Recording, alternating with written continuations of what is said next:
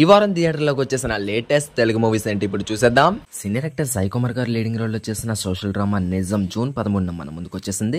Hollywood super hero series John Wick నుండి lady oriented film గా వచ్చిన బల్లెరీనా తెలుగు వెర్షన్ కూడా జూన్ 13th నుంచి థియేటర్స్ లోకి వచ్చేసింది.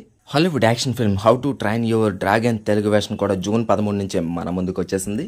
Baahubali fame Kattappa Sathyaraj leading role లో చేసిన Kattappa judgment Telugu version June 13 నుంచి థియేటర్స్ లో రిలీజ్ అయిపోయింది. తమిళ హీరో వైభవ్ లీడింగ్ రోల్ లో చేసిన 25th film the Hunter chapter 1 Telugu version కూడా జూన్ 13 నుంచి మన ముందుకు వచ్చేసింది.